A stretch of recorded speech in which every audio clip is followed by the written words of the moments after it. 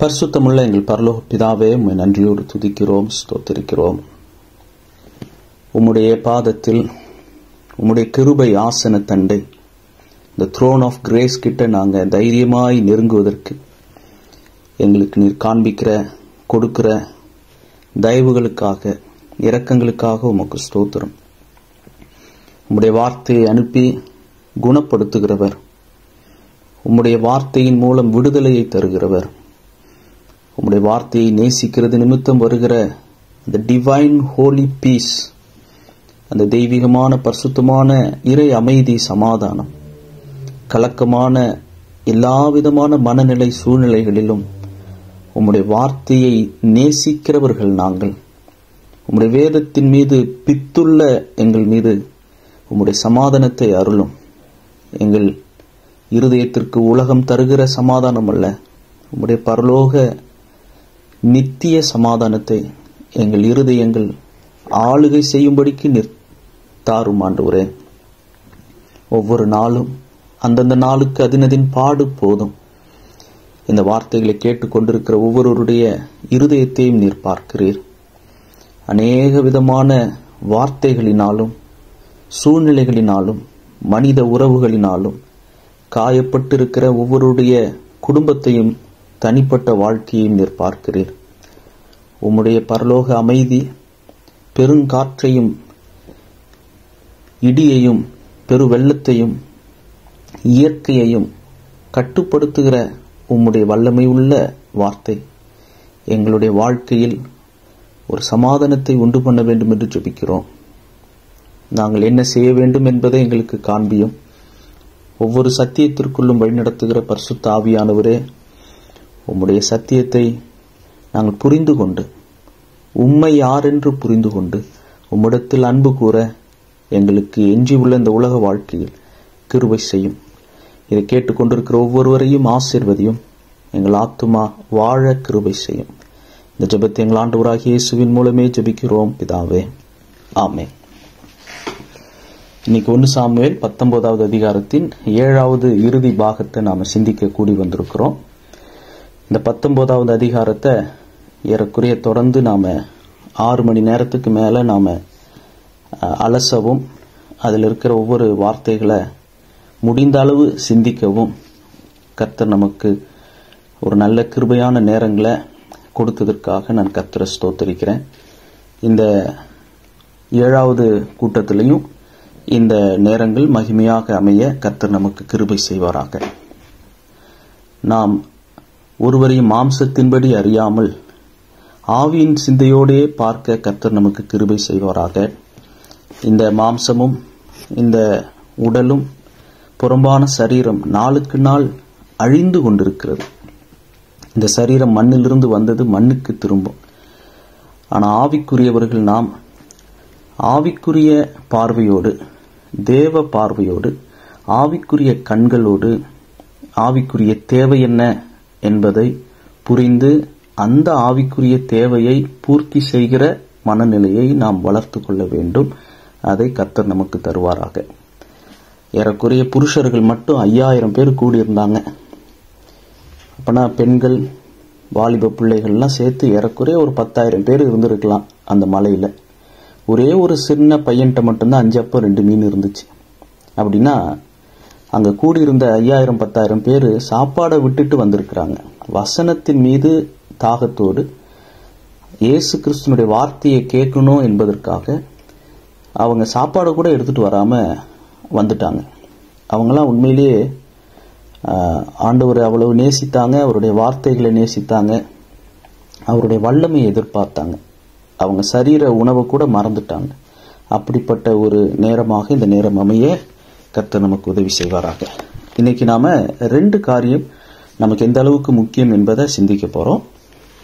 முதலாவது 1 சாமுவேல் 18வது அதிகாரம் 22வது வசனத்துல சவுல் ராஜா தன்னுடைய சேவகர்கள், தன்னுடைய ஊழியர்கள்ட்ட என்ன சொல்றாரு பாருங்க. 1 சாமுவேல் 18:22. பின்பு சவுல் தன் ஊழியக்காரரை பார்த்து, நீங்கள் தாவீதோடே ரகசியமாய் பேசி, இதோ ராஜா உன்மேல் பிரியமாயிருக்கிறார், அவருடைய ஊழியக்காரர் எல்லாரும் உம்மை சிநேகிக்கிறார்கள். இப்போதும் நீர் ராஜாவுக்கு மருமகனானால் நலம் என்று சொல்லுங்கள் என்று கற்பித்தான். சவுல் தன்னுடைய போர் வீரர்களுக்கு அல்லது தன்னுடைய அரண்மனையில் உள்ள லீடர்ஸ், ஒருவேளை அவங்க, ஏன்னா 1000 பேருக்கு தளபதியாக 1000 பேருக்கு தலைவனாக தாவீது நியமிக்கப்பட்டிருக்கிறார். ஸோ அந்த ஸ்டாண்டர்ட்ல இருக்கிற ஆட்கள் சொல்லி இருந்திருக்கலாம், அல்லது அவருடைய சேவகர்கள், அவருடைய ஊழியர்கள், போர் வீரர்கள் சொல்லியிருக்கலாம்.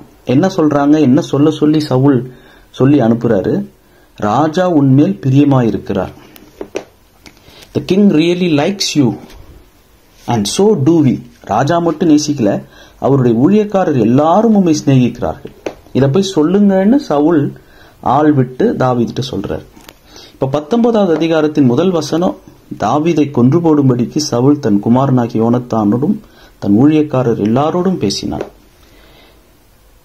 இங்க அதே ஊழியர்களோடு, சவுலின் ஊழியர்களோடு, சேவகர்களோடு அல்லது தளபதிகளோடு, அங்க அரண்மனையில் இருந்த மந்திரிகள்கிட்ட அவர் என்ன சொல்றாரு, தே ஷுட் கில் டேவிட், அவங்க எல்லாரும் தாவீதை கொல்லணும் அப்படின்னு சொல்றாரு. இது என்ன விதமான ஒரு மனநிலை அப்படின்னு புதிய ஏற்பாட்டில் இருக்கிற வசனத்தோடு நாம் ஒப்பிட்டு பார்க்கும்போது, யாக்கோபு 1வது அதிகாரம், யாக்கோபு 1வது அதிகாரம் 8வது வசனம், இருமனம் உள்ளவன் தன் வழிகளிலெல்லாம் நிலையற்றவனாய் இருக்கிறான். அதுக்கு இன்னொரு விளக்கத்தை யாக்கோபு சொல்றார். பவுல அப்போஸ்டல் ஆஃப் ஃபெய்த்னு சொல்லுவாங்க, விசுவாச அப்போஸ்தலன் பவுல் அப்போஸ்தலன். பேதுரு அப்போஸ்டல் ஆஃப் ஹோப், நம்பிக்கையின் அப்போஸ்தலன்னு சொல்லுவாங்க பேதுருவை. யோவான அப்போஸ்டல் ஆஃப் லவ், அன்பின் அப்போஸ்தலன்னு சொல்லுவாங்க. யாக்கோபு அப்போஸ்டல் ஆஃப் எப்படி சொல்லுவாங்க, பிராக்டிக்கல் அப்போஸ்டல்னு சொல்லுவாங்க, நடைமுறையான ஒரு அப்போஸ்தலன். அந்த நடைமுறையான கிரவுண்ட் ரியாலிட்டியை எடுத்து சொல்லுகிறவர். எப்படி லூக்கா ஒரு மருத்துவர், அவர் இயேசு கிறிஸ்துனுடைய சரீரத்தில் அவர் பட்ட பாடுகள், சரீர ரீதியாக அவர் நித்திரையா இருந்தது, அவர் படுத்து தூங்கினது, அவர் கண்ணீர் விட்டது, இதெல்லாம் ஒரு மருத்துவராக லூக்கா சொல்லியிருப்பார். அது போல இங்க யாக்கோபும் ரொம்ப கிரவுண்ட் ரியாலிட்டி, ரொம்ப ரியாலிட்டியை பேசியிருப்பார். அந்த இருமனம் உள்ளதை 6வது வசனத்தை சொல்லும் போது எப்படி சொல்றாரு, சந்தேகப்படுகிறவன். அந்த சந்தேக பார்வையும் டபுள் மைண்டட், இது ரெண்டுமே ஏறக்குறைய ஒரே மாதிரிதான். சந்தேகப்படாமல், எவ்வளவாகிலும் சந்தேகப்படாமல், யாக்கோபு 1:6, விசுவாசத்தோட கேட்க கடவுள், சந்தேகப்படுகிறவன் காற்றினால் அடிபட்டு அலைகிற கடலின் அலைக்கு ஒப்பாயிருக்கிறான். அதாவது ஜபத்திலேயே சந்தேகம், கேட்டு பார்ப்போம், கேட்டு வைப்போம், கொடுத்தா கொடுக்கட்டும், கொடுப்பாரான்னு தெரியல, கொடுத்தா நல்லது, பெட்டிஷன் போட்டு வைப்போமே அப்படின்ற மாதிரியான ஒரு மனநிலை. இது இந்த லாட்ரி மாதிரி, ஒரு சூதாட்டம் மாதிரி. நம்ம சக்கரத்தை சுத்தி விடுவோம், நம்ம நம்பர் விழுந்தா விழுட்டோம், விழலன்னா பிரச்சனை இல்லை, அடுத்த ரவுண்டு பார்த்துக்கலாம் அப்படின்ற மாதிரியான ஒரு மனநிலை. இதை ஒரு லக்கு நம்பி இருக்கிற ஒரு மனநிலை. அப்படிப்பட்ட மனுஷன், 7வது வசனம், தான் கர்த்தரிடத்தில் எதையாகிலும் பெறலாம் என்று நினையாதிருப்பானாக. இருமனம் உள்ளவன் தன் வழிகளிலெல்லாம் நிலையற்றவனாய் இருக்கிறான். சவுல் ஒரு டபுள் மைண்டட் மேன், தன் வழிகளெல்லாம் நிலையற்றவன், அதாவது instability, unstable in all his ways. இதுக்கு மருந்து என்ன சொல்லப்பட்டிருக்கு? யாக்கோபு 4வது அதிகாரம் 8வது வசனம், யாக்கோபு 4:8, இருமனம் உள்ளவர்களே, கடைசி வரி, உங்கள் இருதயங்களை பரிசுத்தமாக்குங்கள். முதலாவது நமக்கு இங்க இந்த 1 சாமுவேல் 19 சவுலை படம் பிடித்து காண்பிக்கிற அவருடைய ஒரு ஆவிக்குரிய சரிவு, அவருடைய வீழ்ச்சி, பல விதங்கள்ல நம்ம தொடர்ந்து சிந்திச்சுட்டு வரோம். அதுல இந்த 19வது அதிகாரத்தில் என்னன்னா, ஒரு அன்ஸ்டேபிலிட்டி, நிலையற்ற ஒரு வாழ்வு, சொல் தவறுவது, ஒன்று சொல்றது அது வேற ஒன்று செய்கிறது, அல்லது ஒன்று சொல்லி அதுக்கு அப்படியே மாறாக நடந்து கொள்வது. இது ஒரு இருமனம் உள்ள ஒரு வாழ்க்கை. இதுக்கு ஆண்டவருடைய வார்த்தை சொல்லுகிற மருந்து என்ன? இருமனம் உள்ளவர்களே, உங்கள் இருதயங்களை பரிசுத்தமாக்குங்கள், தூய்மைப்படுத்துங்கள். இருதயத்தில் சுத்தமுள்ளவர்கள் பாக்கியவான்கள், அவர்கள் தேவனை தரிசிப்பார்கள். இருதய சுத்தம் நமக்கு ஒரு ஸ்டேபிளான நிலையான ஒரு வாழ்க்கைய, நிலையான ஒரு வார்த்தைய நம்ம மாறி மாறி இல்லாம ஒரு அளவுக்கு கொஞ்சம் கொஞ்சமா கண்ணாடியிலே இப்பொழுது காண்கிறோம், நிழலாட்டமாய் பூர்ணராகும்படியே கடந்து போகிறோம். மகிமையின் மேல மகிமை அடைகிறோம். நிற்கிறவன் விழுந்து விடாதபடிக்கு ஜாக்கிரதையா இருக்கணும். நம்முடைய கண்ணில் இருக்கிற உத்திரத்தை உணரணும். இந்த இப்படிப்பட்ட நம்பிக்கை வைத்திருக்கிற எவனும் தன்னைத்தான் சுத்திகரித்துக் கொள்ளுகிறான் என்று யோவான் அவருடைய நிருபத்தில் எழுதுறாரு. சோ இந்த தற்பரிசோதனை, செல்ஃப் எவாலுவேஷன், தன்னைத்தான் தன் பிழையை உணர்கிறவன் யார், தன் பாவத்தை தன்னுடைய குறைய ஒத்துக்கொள்ளுகிறவன் யார், இந்த மனநிலை தான் நம்மளுக்கு ஒரு ஸ்டேபிலிட்டியே தருது. பேதுரு, ஆண்டவரே இது உமக்கு நேரிடக்கூடாது, நீர் சிலுவைக்கு போகக்கூடாது அப்படின்னு சொன்னவர், பிடிக்க வரும்போது கத்தி எடுத்து காதை அறுத்தவர், அப்புறம் பார்த்தா சேவல் கூவுறதுக்கு முன்னாடி அவர் மறுதளிக்கிறது. இந்த அன்ஸ்டேபிலிட்டிக்கு மருந்து என்னன்னா, அவர் மனம் திரும்பி பாவ அறிக்கை செய்து மனம் கசந்து அழுது அந்த பாவத்திற்கு மன்னிப்பு கேட்டு அவர் தன் இருதயத்தை சரி செய்தார். அதனாலதான் ஆண்டவராகிய இயேசு கிறிஸ்து பேதுருட்ட சொன்னாரு, நீ குணப்பட்ட பின்பு உன் சகோதரனை ஸ்திரப்படுத்து. சோ நாம குணப்பட வேண்டிய அந்த பாத்திரத்தின் உட்புறம், அந்த இருதய சுத்தம், அது நமக்கு அவசியம் தேவை. சவுலுடைய வாழ்க்கை இவ்வளவு அன்ஸ்டேபிளா, நிலையற்றவராக சவுல் மாறிக்கிட்டே போறதுக்கு காரணம் என்ன? அவருடைய இருதயம் சுத்தமா இல்லை. தேவனோடு அவர் சரியான ஒரு உறவுல இல்லை. அது பிற்பாடு சாமுவேல் அவர் எழும்பி வர பண்ணி சாமுவேல்கிட்ட இருந்து ஒரு சூனியக்காரியை வச்சு அவர் கேட்கும் போது கூட சாமுவேல் அதே வார்த்தை சொல்லுவார், நீ ஆண்டவருக்கு செவி கொடுக்காம அவருக்கு நீ அவருடைய ஆவியானவர் உன்னை விட்டு விலகினதுனால தேவனே உனக்கு சத்துருவா இருக்கும்போது நான் என்ன பண்ணுவேன் அப்படின்னு சொல்லி சாமுவேலே சொல்லுவார். சோ சவுலுடைய வாழ்க்கை இந்த அளவுக்கு அன்ஸ்டேபிளா இருந்தது போல நாமும் நம்முடைய வாழ்க்கையில இந்த நிலையற்றவர்களாக, இருமனம் உள்ளவர்களாக, அதாவது இரட்டை நாக்கு உள்ளவர்களாக, ரெண்டு விதமான வாழ்க்கை உள்ளவர்களாக, ஒருத்தவங்களை நேசிக்கிறோன்ற மாதிரி சொல்லிட்டு அவங்களையே பகைக்கிறவர்களாக நாம வாழ்கிறதிலிருந்து நாம திருந்த வேண்டும். அதற்கு இருதயத்தை கர்த்தர் நமக்கு சுத்தம் செய்ய வேண்டும்.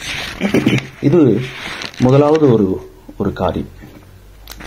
இந்த இருதய பரிசுத்தம், இருதயத்தை சுத்தப்படுத்துவதற்கு நம்மளுடைய இந்த மனித உறவுல, இந்த ஹியூமன் ரிலேஷன்ஷிப், அதுலயும் குறிப்பாக திருச்சபை குடும்பத்தோடு, தேவ பிள்ளைகளோடு, தேவ ஊழியர்களோடு, ஊழியர்கள் சொல்லும் போது மூத்த ஊழியர்களை ஒரு விதமா நடந்து கொள்வோம் அவங்க கிட்ட.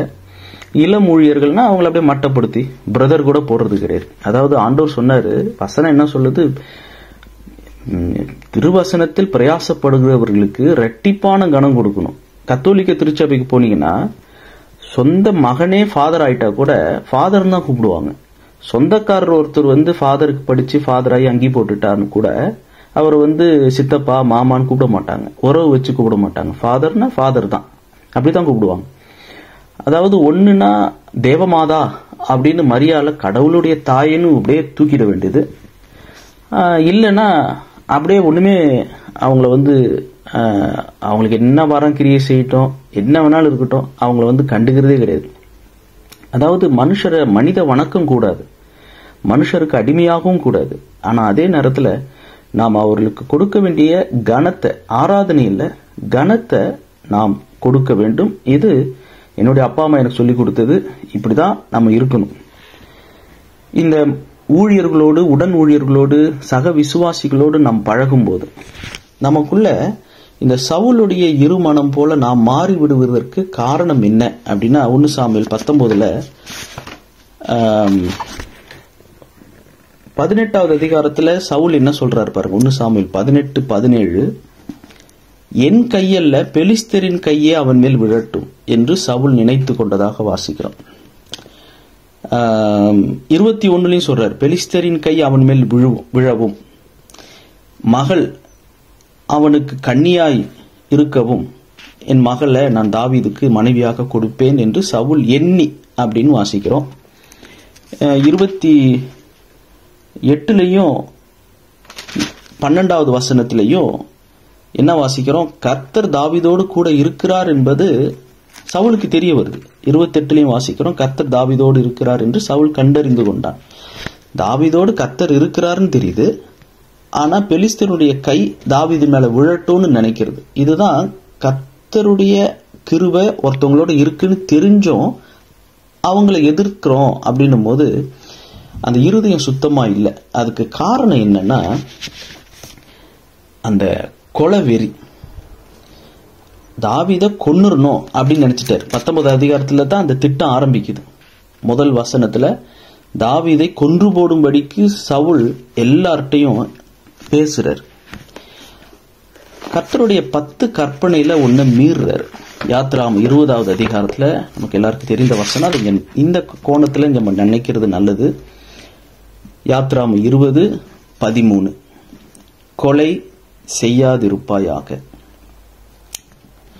இது கர்த்தரால அவருடைய டிவைன் லால, தெய்வீக சட்டத்துல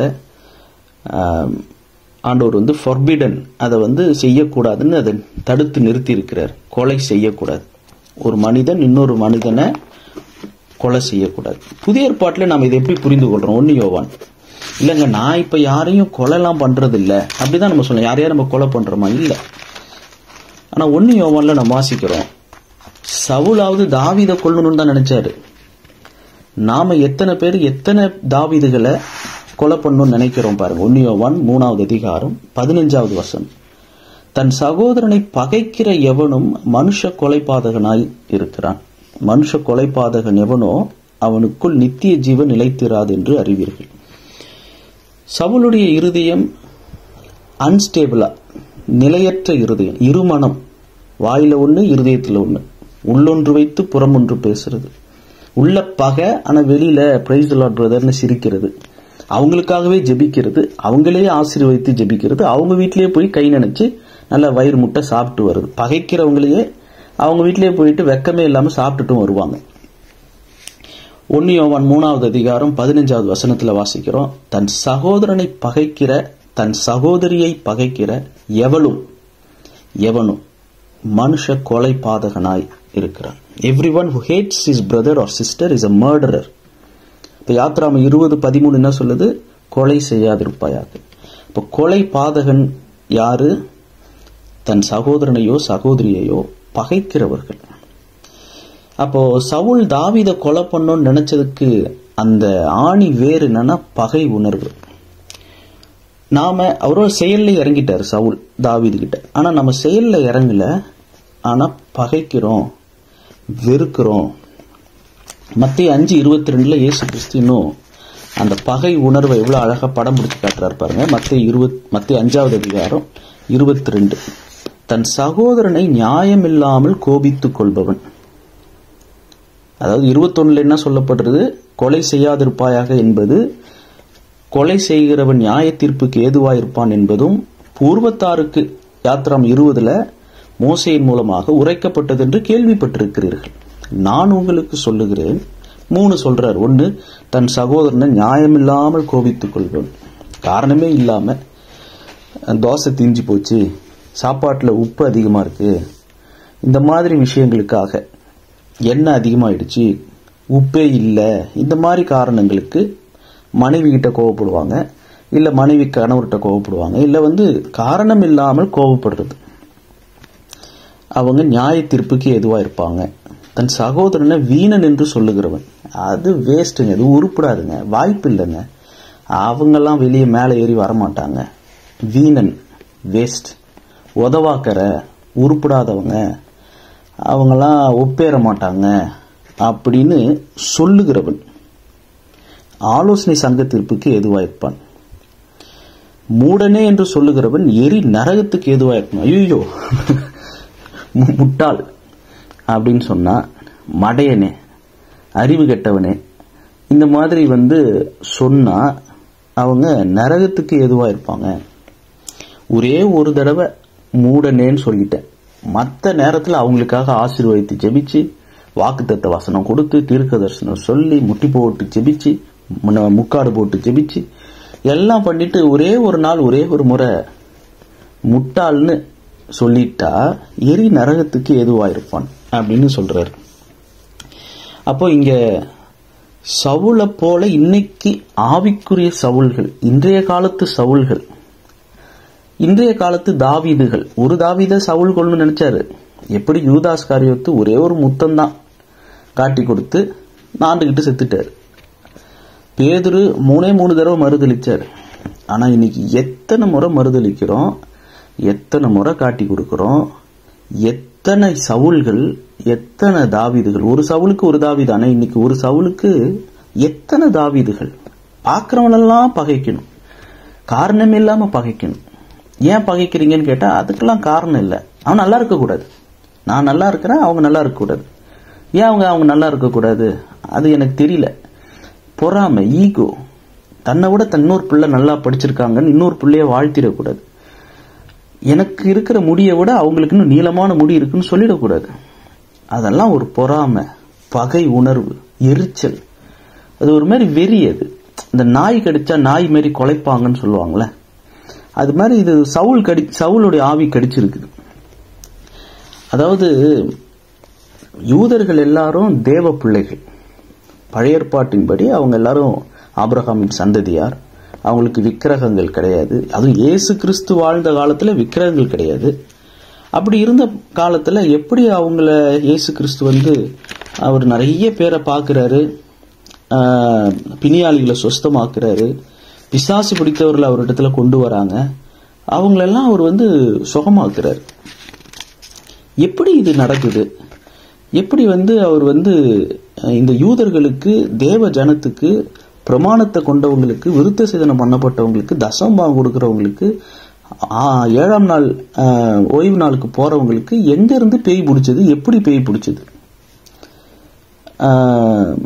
இது புரிஞ்சிக்க முடியல. யூத ஜனத்துக்கு, இஸ்ரவேல் மக்கள், தேவ மக்களுக்கு பேய் எப்படி பிடிச்சது? இது எல்லாத்துக்கும் முத பேய் பிடிச்சது இந்த சவுலுக்கு தான். அங்கிருந்து ஆரம்பிக்குது.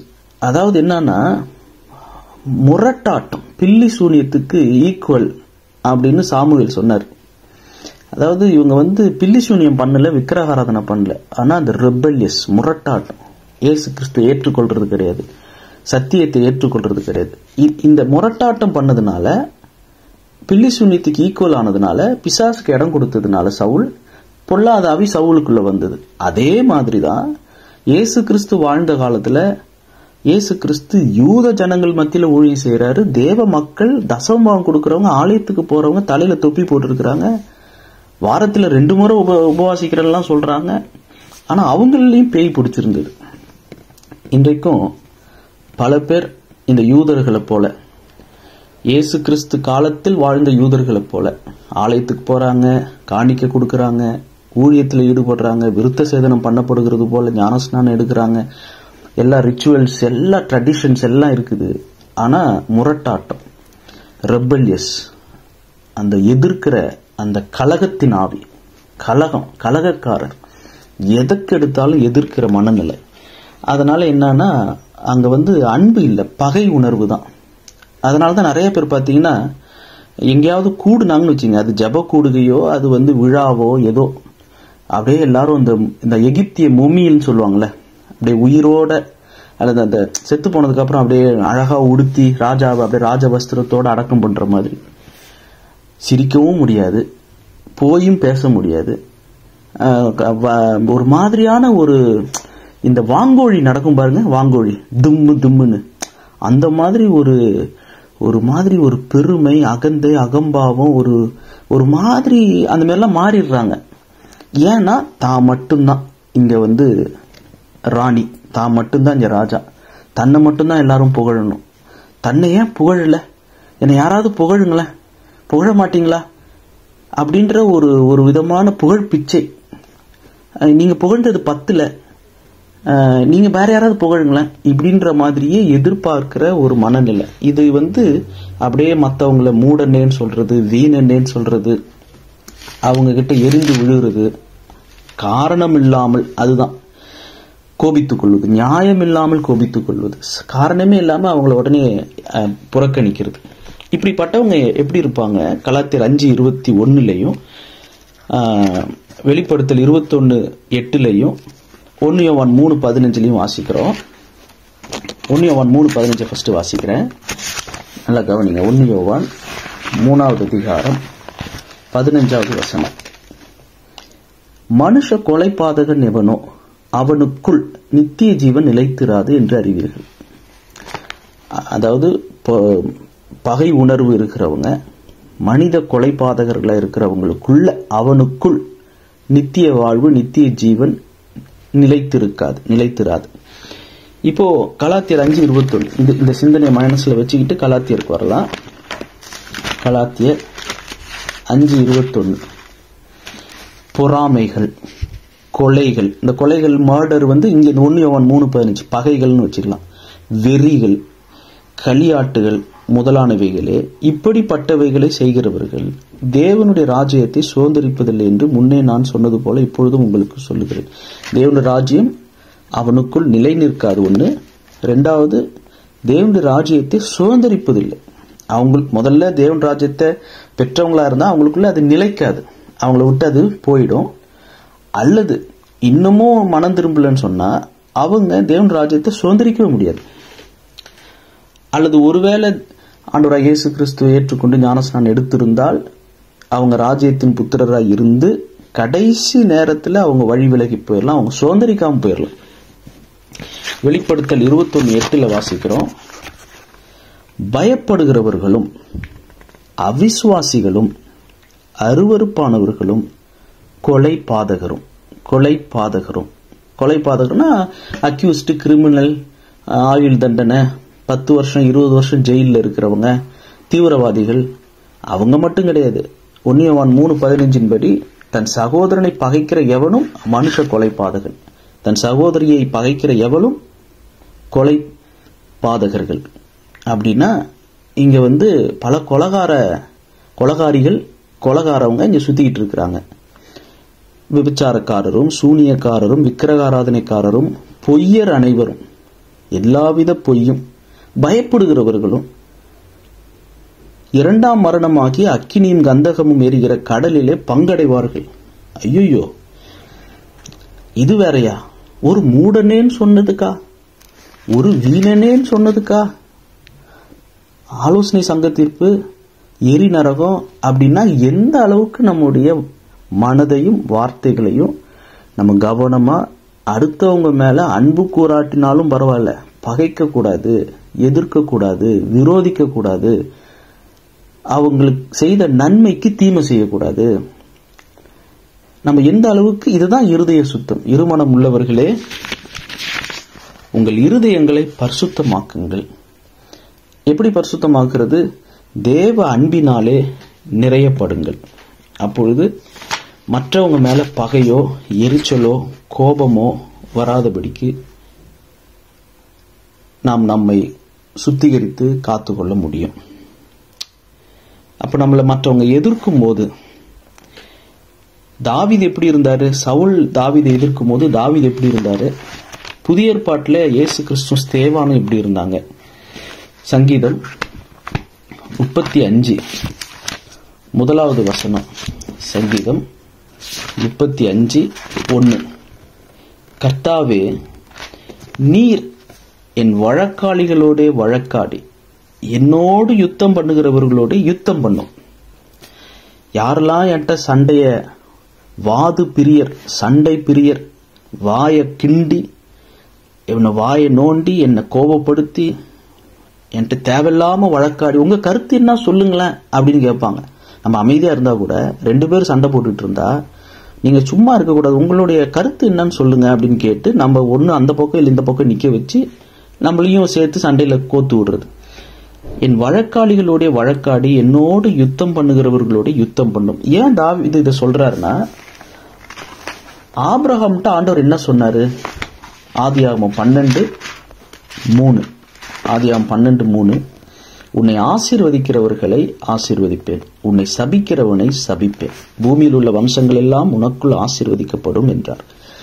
தாவீதுக்கு சொல்லப்பட்டது என்ன? ஆபிரகாம்ட்ட கர்த்தர் சொன்னாரு, யெகோவா தேவன் சொல்லியிருக்கிறார், உன்னை ஆசீர்வதிக்கிறவர்களை ஆசீர்வதிப்பேன், உன்னை சபிக்கிறவனை சபிப்பேன். இப்ப இதுதான் தாவீதுக்கு தெரியும். என்ன எதிர்க்கிறார் சவுல், அப்ப என்னோடு யுத்தம் பண்ணுகிறவர்களோட யுத்தம் பண்ணும். சங்கீதம் 35 தாவீதின் சங்கீதம். ஆபிரகாமுக்கு சொல்லப்பட்ட அந்த வெளிச்சம் தான் தாவீதுக்கு இருந்தது. சபிக்கிறவர்களை சபிப்பேன், ஆசீர்வதிக்கிறவர்களை ஆசீர்வதிப்பேன். இப்ப இங்க சவுல் என்ன எதிர்க்கிறாரு, யுத்தம் பண்றாரு. யுத்தம் பண்ணுகிறவர்களோட கர்த்தாவே நீங்க யுத்தம் பண்ணுங்க. இதுதான் தாவீதினுடைய மனநிலை. ஆனா நமக்கு முன் உதாரணம் லூக்கா 23:34. அப்பொழுது இயேசு, பிதாவே இவர்களுக்கு மன்னியும், தாங்கள் செய்கிறது இன்னதென்று அறியாதிருக்கிறார்களே என்றார். அவருடைய வஸ்திரங்களை அவர்கள் பங்கிட்டு சீட்டு போட்டார்கள். நமக்கு முன்மாதிரியா இருக்கிறவர் இயேசு கிறிஸ்து. தாங்கள் செய்கிறது இன்னதென்று அறியாதிருக்கிறார்களே, இந்த மைண்ட் செட் தான் ரொம்ப முக்கியமானது. இந்த 1 சாமுவேல் 19 சவுல் நேரடியாகவே தாவீத கொலை செய்கிற அந்த மர்டரரா, கர்த்தருடைய நியாயப்பிரமாணத்துக்கு மீறி, கொலை செய்யாதிருப்பாயாக என்கிற வார்த்தைக்கு மீறி பகை உணர்வோடு செயலில் இறங்கும் போது தாவீது ஆபிரகாம நினைத்து பார்த்து சங்கீதம் 35 அவர் என்னோடு யுத்தம் பண்றவங்களோடு யுத்தம் பண்ணுங்கன்னாரு. நாம் நம்முடைய இருதயத்தை சுத்திகரித்து ஒரு ஸ்டேபிள் லைஃப் வாழணும், அமைதலுள்ள ஜீவனம் பண்ணணும்.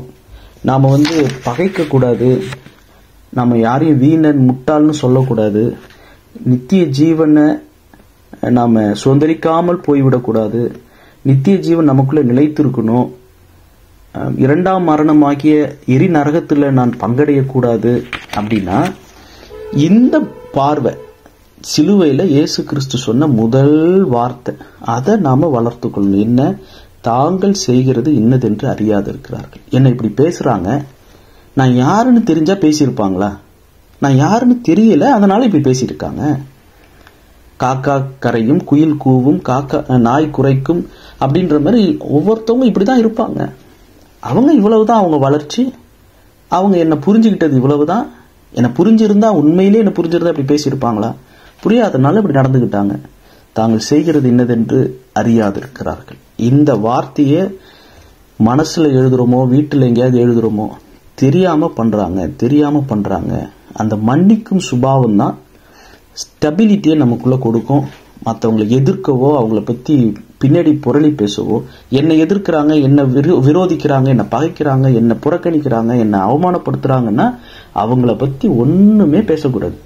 அவங்க செய்கிறது இன்னதென்று அறியாமல் செய்கிறார்கள், அவர்களை மன்னியும். அப்போஸ்தலர் 7:60 ஸ்தேவான் சொன்னாரு. ஸ்தேவானோ முழங்கார்படியிட்டு, ஆண்டவரே இவர்கள் மேல் இந்த பாவத்தை சுமத்தாதிரும் என்று மிகுந்த சத்தமிட்டு சொன்னான். இப்படி சொல்லி நித்திரை அணிந்தான். முடிஞ்ச அளவுக்கு கத்தி சொல்லி இவங்க மேல இந்த பாவத்தை சுமத்தாதீங்கன்னாரு.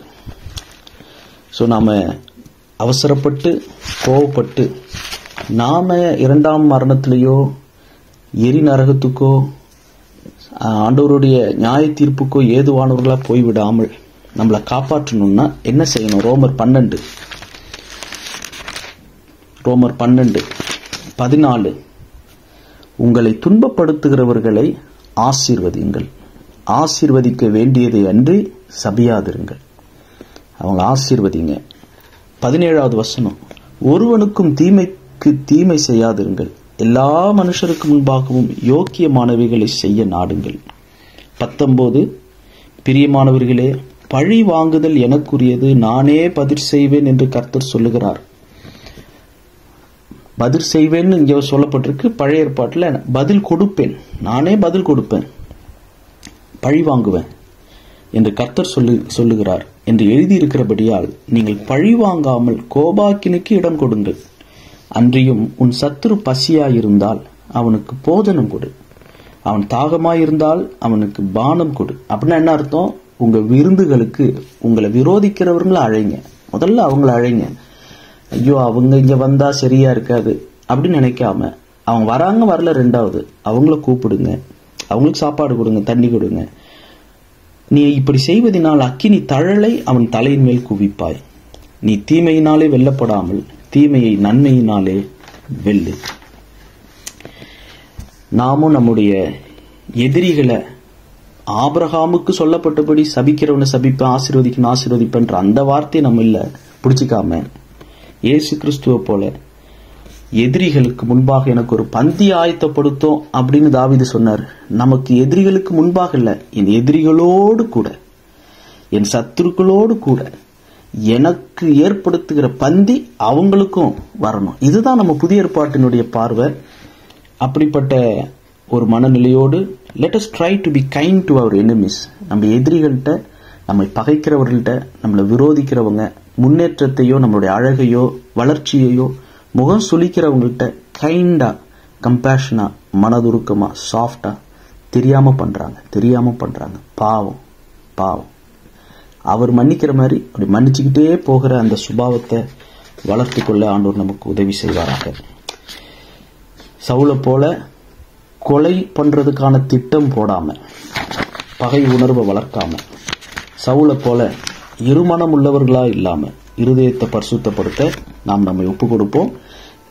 இந்த 1 சாமுவேல் 19 நம்ம நிறைவு செய்யறதுனால ஒரு கவிதையை நான் எழுதியிருந்தேன். அந்த கவிதையை நான் வாசிக்கிறேன், பதிவு செய்யறேன். என்னால் முடிஞ்ச அளவுக்கு இந்த 1 சாமுவேல் 19 இந்த 7 மணி நேரம், ஏறக்குறைய இந்த 7 மணி நேரம் நாம சிந்தித்த இந்த சிந்தனைகளை சேர்த்து ஒரு கவிதை வடிவில், கவிதைன்னு சொல்ல முடியாது, ஒரு வரிகள், ஒரு சில வரிகள் எழுதியிருக்கிற கேட்கலாம். தலைப்பு என்ன கொடுத்தனா, நம்முடைய காலங்கள் கர்த்தருடைய கரத்தில் இருக்கிறது. நம்முடைய காலங்கள் கர்த்தருடைய கரத்தில் இருக்கிறது. கர்த்தர் அபிஷேகித்த மனிதன் என்ற ஒரே காரணத்து நிமித்தம், கர்த்தர் அபிஷேகித்த மனிதன் என்ற ஒரே காரணத்து நிமித்தம் தாவீது சவுலை எதிர்க்கவும் இல்லை, தடுக்கவும் இல்லை.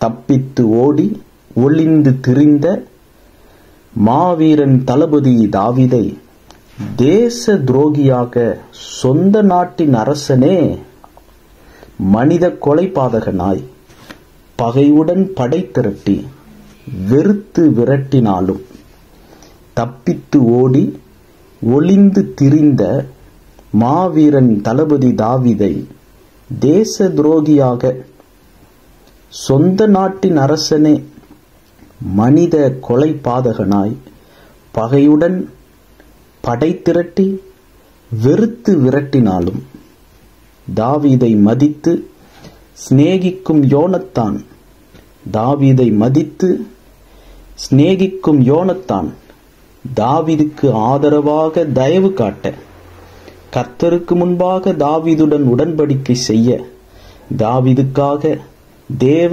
ஆவியானவர் ஆயத்தம் பண்ணின ஆச்சரியமே யோனத்தான்.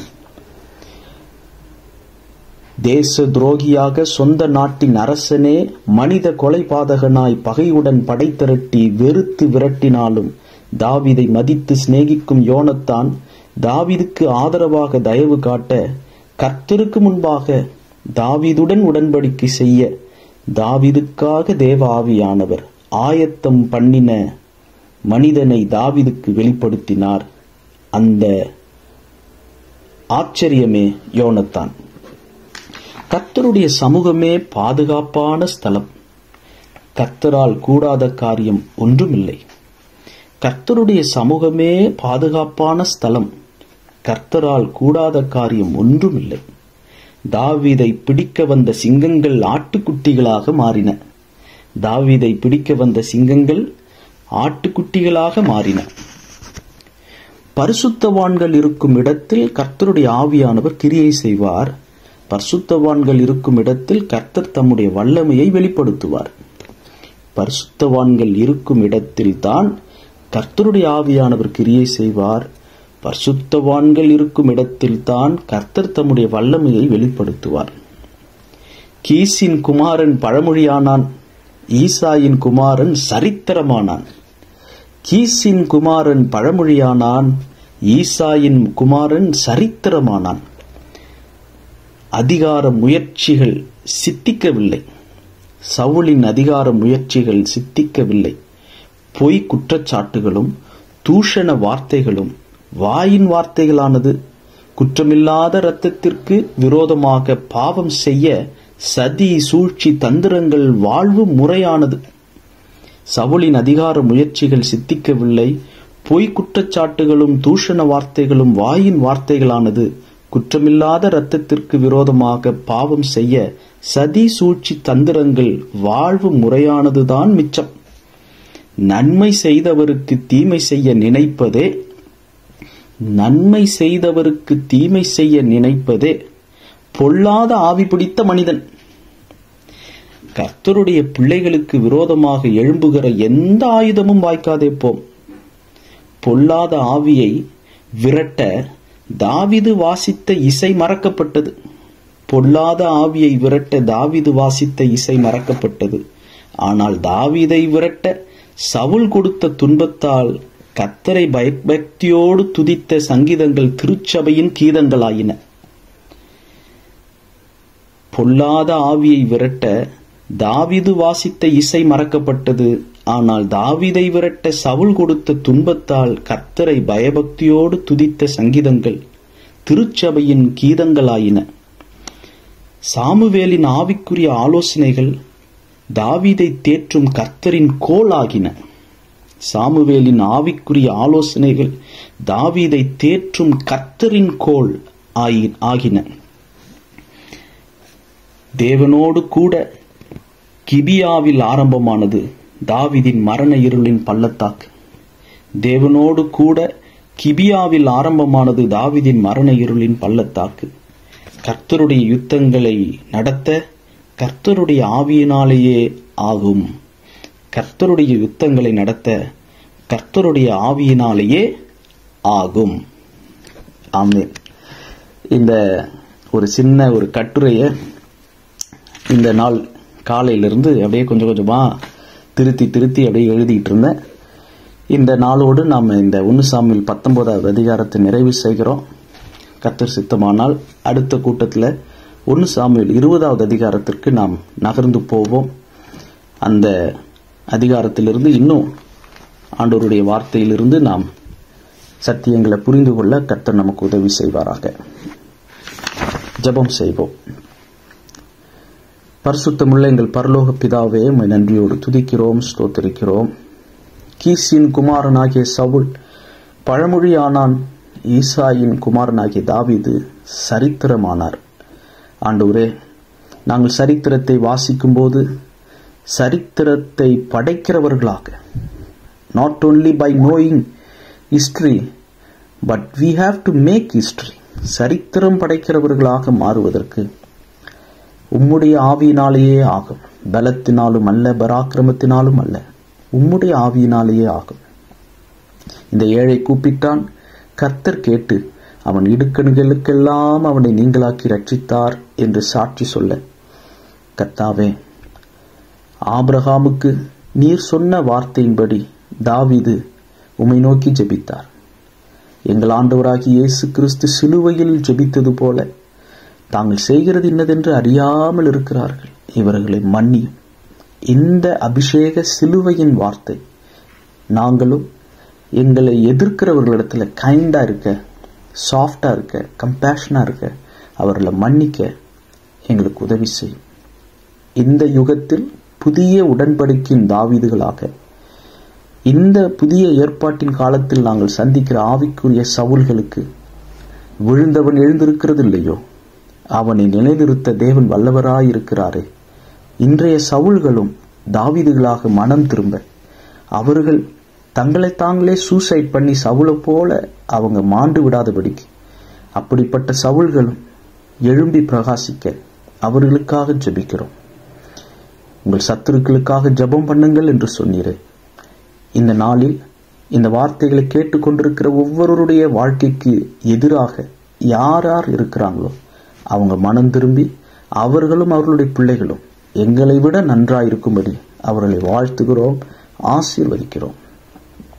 அவர்களுக்கு பசியாயிருக்கும் போது, தாகமாயிருக்கும் போது போஜனம் கொடுக்க, தண்ணீர் கொடுக்க, அவர்களை ஆசீர்வதிக்க, அவரிடத்தில் அன்பு கூற எங்களுக்கு உதவி செய்யும். ஸ்தேவானைப் போல இறுதி நேரத்திலேயும் சத்தமிட்டு இந்த பாவத்தை இவர்கள் மேல் சுமத்தாதிரும் என்று உம்மை பின்பற்றிய ஒரு மனிதன், ஒரு வாலிபன் ஜெபிக்க கூடுமானால், கல்லெறிந்தவர்களை பார்த்து சொல்ல முடியுமானால், நாங்களும் அப்படி நடந்து கொள்ள, தேவ அன்பை வெளிப்படுத்த கர்த்தர் எங்களுக்கு உதவி செய்வீராக. தாவீதுக்கு அருளின கிருபைகளை எங்களுக்கு கொடுத்தருளும்.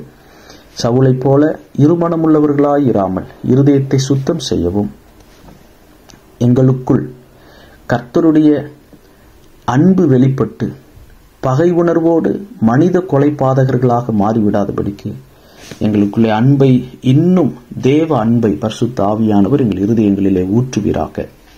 இதை கேட்டுக்கொண்டிருக்கிற ஒவ்வொருடைய இருதயத்தையும் பிதா, குமாரன், பரிசுத்த ஆவி நாமத்தினாலே ஆசீர்வதிக்கிறோம். உம்முடைய திருச்சபையை ஆசீர்வதியும். இந்த 2023 இந்த கிறிஸ்துமஸ் நாட்கள்ல இன்னும் மிஷனரி பணியில உம்முடைய முதல் வருகையை குறித்து மற்றவர்களுக்கு எடுத்து சொல்ல உம்முடைய திருச்சபையாருக்கு கிருபை அளிப்பீராக. இந்த 19வது அதிகாரத்தை நாங்கள் தொடர்ந்து இத்தனை மணி நேரங்கள் உம்முடைய பாதத்தில் உட்கார்ந்து தியானிக்க ஆண்டவரே நீர் பாராட்டின தயவுக்காக உமக்கு ஸ்தோத்திரம். இதை நாங்கள் மற்றவர்களுக்கு விதைக்கிறோம். இதை கேட்கிற ஒவ்வொருவரும் தேவனுடைய வார்த்தையின் மகத்துவங்களை அறிந்து கொள்ள உதவி செய்யும்.